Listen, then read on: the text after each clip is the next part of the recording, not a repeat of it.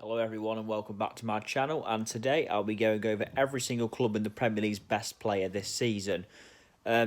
Starting with Arsenal, I've gone for Pierre-Emerick Aubameyang. Relatively easy choice, let's be honest. Where would Arsenal be without his goals? It'd be probably very quite far down the table, as you know, Arsenal by their standards have had a pretty poor season already. They're already ninth in the league currently. But I mean, without Aubameyang, it could be much worse. I mean, Lacazette's certainly not performed to his level this season, and Aubameyang, especially at the start of the season, really was really grinding Arsenal out of game, stuff like that, saving Arsenal really. The only little competition at the start of the season was looking like it could be Matteo Guendouzi, who had a very impressive start to the season, but no, that's certainly faded off now, and Aubameyang is the easy winner for Arsenal. He's the only real Arsenal player I think who really has hit his full potential this year. Aubameyang's a born goal scorer, and he's just proving that at Arsenal. Very good in front of goal. And yeah, he's easily Arsenal's best player this season. Aston Villa have got Jack Grealish. Again, the only little competition save for Grealish is Tyrone Mings. I do believe Tyrone Mings has had a good season, earned his way into the England team as well, so fair play to him. But for me, Jack Grealish is he's the glue that holds Villa together. He really makes this team tick, Grealish, and I would be very surprised if Grealish is still a Villa player by next season. I think Grealish will have big clubs knocking at his door, and with all due respect to Aston Villa, I don't see them keeping hold of him. I think next season Grealish will go on to like a Tottenham or a Manchester United and expect him to. It's interesting to see how he'll do that. I'm not sure if he'll thrive or not, but it'll be interesting to see. But he's, for me, comfortably been Villa's best player this season. I'd say him and Tyrone Mings have been the top two, but I'd give the edge to Grealish. I think he's been very good, and he's proven himself in the Premier League, which many people had doubts over. AFC Bournemouth have gone for Nathan Ake. Now, Bournemouth have had a poor season. They sit in the relegation zone, and let's be honest, their strikers certainly haven't performed. Surprisingly, Bournemouth this season has been their defence that's been a bit more impressive. I mean, still not great by any means, but Nathan Ake has been very good at Bournemouth. He's certainly improved a lot since getting regular football week in, week out. Big fan of Nathan Ake, actually. When he started for Bournemouth, did have a few doubts over him, really, but he's been excellent for Bournemouth, and continues to be so this season for me. Comfortably their best player this season. I can't think of anyone else who really comes close to him, to be fair. Yeah, he's comfortably for me. And their strikers have underperformed the likes of Callum Wilson, Josh King, and of course Dominic Solanke, who, has been very poor for Bournemouth really since he signed. I think, let's be honest, Ake is an easy winner here.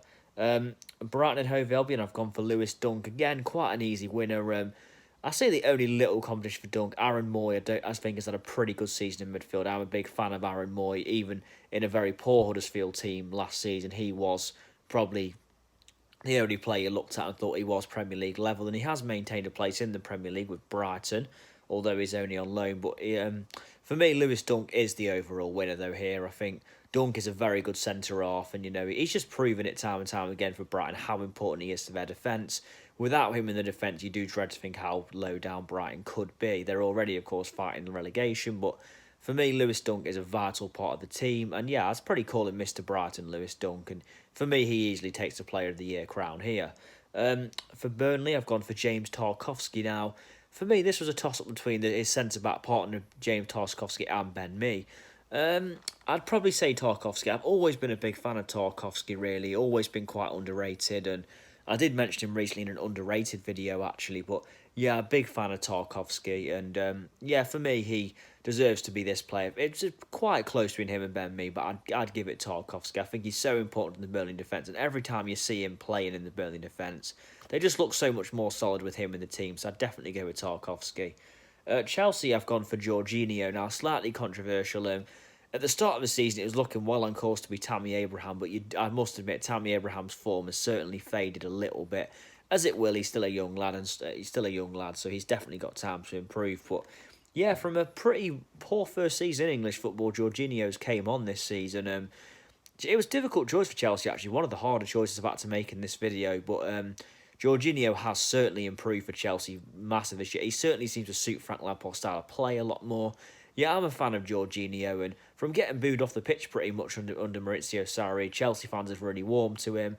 And I'd say Jorginho's a good candidate for Player of the Year for Chelsea. Very, very good season for him. And yeah, I mean, Chelsea look like they are going to improve under Frank Lampard in years to come. And then for Crystal Palace, I've got Luka Milivojevic. Now, it was a difficult choice for Palace. I don't personally think Wilfried Zaha has been the Player of the Year this year. It was a difficult one to choose, but I think Milivojevic is very reliable for Crystal Palace. Of course, he takes the penalties. He's a good set piece taker. I just think he's a simple choice, really. I couldn't think of a proper standout for Palace. Gary Cahill's done well, but I don't think he's played. I know he's still played about 20 games, but I wouldn't say he started enough games at the start of the season to warrant this. But Milivojevic has pretty much been an ever present, as he has been for the last few seasons for Palace, and I thought he seemed quite an obvious choice here, so I'd definitely go Milivojevic because I think he's very reliable. It doesn't always get the plaudits he deserves as well, Milivojevic, but I think he's just Mr. Reliable, and that's why I'd give him Player of the Year. Everton, I've gone for Dominic Calvert-Lewin. Much improved. Wasn't a big fan of Calvert-Lewin until this season, but really until, Marco Silva was sacked, he didn't really do a lot, but once Silva did get sacked, he really kicked on, and under Carlo Ancelotti, he's looked like he's just getting better and better, to be fair to him. And if he keeps his head down and keeps going, he could go on to be a good player. It was the only close competition, I guess, is Richarlison, who I do believe probably is Everton's best player overall, Richarlison. But for me, Calvert-Lewin has done enough this season to get Player of the Year. And that's promising for Everton fans as well. If he can continue scoring goals, they haven't yet replaced the goals that Lukaku got for them. I believe Calvert-Lewin, I don't think he'll quite hit Lukaku's level, but he is still something to back up the goals, I guess. So yeah, I'd definitely go Calvert-Lewin for Player of the Year. Leicester City, I've got Jamie Vardy. Now, there's a few candidates here, of course. Leicester have had a very good season. They sit in the Champions League places. You could have said Ricardo at right back. I think it's been excellent. Maddison has had an excellent start, certainly, but really for the fact he is the current top scorer, you've got to go with Jamie Vardy. The fact he's over 30 years old and still producing these numbers is quite incredible, really. You've got to, the story of Jamie Vardy goes without saying how impressive it's been anyway, but yeah, Vardy, excellent, and he's really thrived since Brendan Rodgers came to the club as well. So looks, the player he was in the season Leicester won the league. And yeah, I'd just give it Vardy the fact he's still producing these numbers, and he's the Premier League Golden Boot winner currently on at 32 years old. So fair play to Vardy. Liverpool have gone for Sadio Mane. As you can imagine, it's very difficult to choose a Liverpool one because they've had so many good performers this year.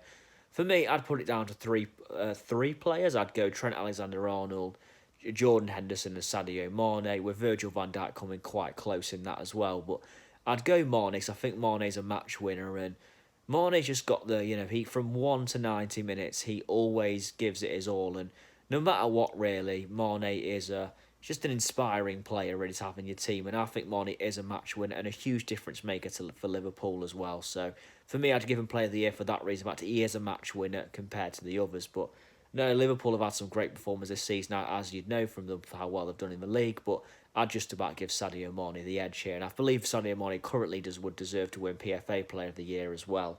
Manchester City, I've got Kevin De Bruyne. Easy choice.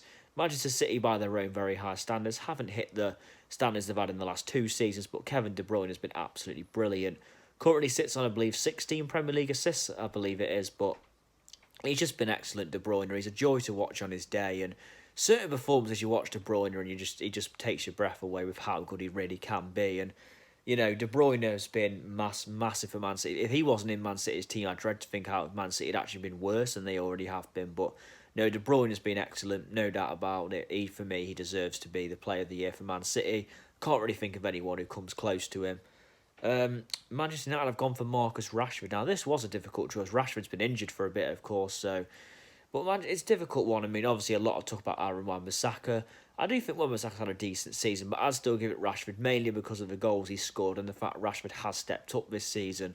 A lot of questions with Rashford, but I believe he stepped up enough this season to get Player of the Year. It's not an easy choice for Manchester United, really, to pick their Player of the Year, but yeah, I'd just about go with Rashford.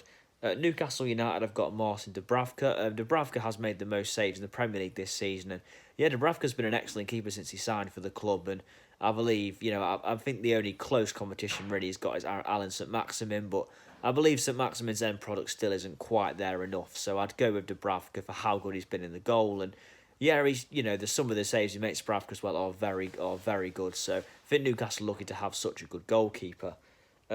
Norwich City have gone for Max Aarons. Now, it was between Max Aarons and Todd Cantwell, but I think Aarons has got a big future ahead of him, and yeah, obviously there's got links with Tottenham recently. Been impressed with Aarons when I've watched Norwich. He does look good, and there was a lot of hype when he came up from the Championship, and I think he's lived up to it in the Premier League, and it's not been the best season for Norwich, of course. They can sit at the bottom of the league, but if I had to choose a player, I would go with Aarons. Sheffield United have gone with Dean Henderson now. It was between Henderson and Lundstram, I'd say, but you can't underestimate how good Dean Henderson has been this season for Sheffield United. So yeah, I'd definitely go with him, and I believe a return to Manchester United from his loan spell, even if he got in the team over Davide, isn't really out of the question at the moment. So yeah, Henderson's been excellent, and an England call up for me is deserved after this, after the season he's had. So I think it's quite an easy enough one for Sheffield United, and the goalkeeper Henderson has been superb for all season. Southampton, Danny Ings, arguably the easiest choice on this list. I mean, where would Southampton be without Danny Ings? He's scored pretty much over half their goals this season, and yeah, he just turned out to be so important. He's really found his feet, to be fair to Ings, since this season as well. Yeah, I mean, easy choice. Don't really need to say much more about this one. Danny Ings, there's no competition for him. Tottenham Hotspur have gone for Son Heung-min. Now, this was a difficult one because Tottenham haven't had many good performers at all thinking about it this season, so Son just seemed the obvious choice, really, and Son hasn't exactly had his best season by any means, but I think Son, without when he's not playing, you really see how much Tottenham miss him, and Harry Kane's still had a decent season, of course, but I think Son is just such an important player to them, and yeah, he just kind of gives Spurs something else going forward as well, so I'd go with Son, but this certainly wasn't easy because Tottenham haven't had many good performers this season. It's what's been quite a poor season for them overall. Watford have gone for Abdoulaye Doucouré. Obviously, Sarr came into his own recently. I'm actually a fan of Doucouré's partner Etienne Capoue in midfield, but I'd go with Doucouré because I think Doucouré for me will move to a big club. No offense to Watford in the next couple of seasons. He's just got something about him. Big fan of him, Doucouré, and yeah, it's not an easy choice for Watford. They started the season so poorly, so not many of their players were performing at all. But Doucouré for me has found his feet enough to get the Player of the Year so far. West Ham United, now this was certainly a hard one because they've had a very poor season, West Ham, and for me their only real choice is probably Declan Rice. I mean, I'm not the biggest Declan Rice fan personally, but this was probably the easiest choice because they've had such a bad season. I had to choose a positive, and Rice has been in the team so much. I think it's just an easy enough choice to choose, but West Ham, it's not easy to choose one of their players because no one has really performed admirably at all. And Fabianski's been injured as well, as he certainly could have been a contender, but with him being injured a lot of the season, it'd be hard to pick him. And Wolverhampton Wanderers have gone for Raul Jimenez. Now, Adama Traore would have been a lot of people's choice here, I imagine, but Raul Jimenez has had an excellent season, both in the Premier League and the Europa League. So I'm going to give this one to Jimenez because I do think that he's a goal scorer and he's so important to Wolves. He gets goals, he holds up the ball really well. He really makes Wolves click going forward. So for me, I'm just going to give the edge to Jimenez. So yeah, that's my list, and thank you for watching. If you change anything, please let me know in the comments below.